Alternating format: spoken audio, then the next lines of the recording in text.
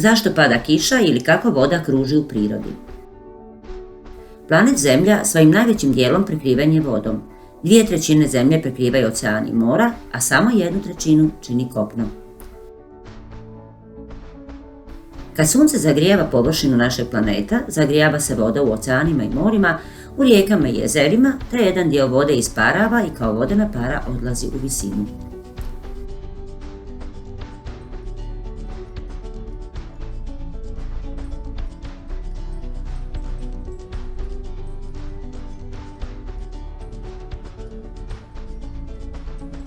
Zračne struje podižu vodenu paru u zemljinu atmosferu, a tamo zbog niske temperature od vodene pare nastaju kapljice vode.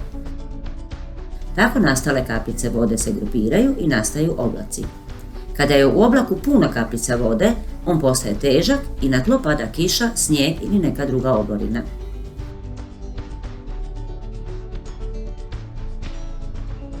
Voda iz kiše ponovno odlazi u oceane, more, rijeke i jezera ili prodire duboko u zemlju stvarajući podzemne vode.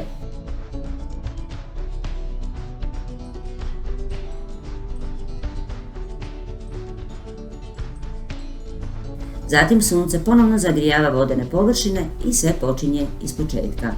I tako milijardama godina.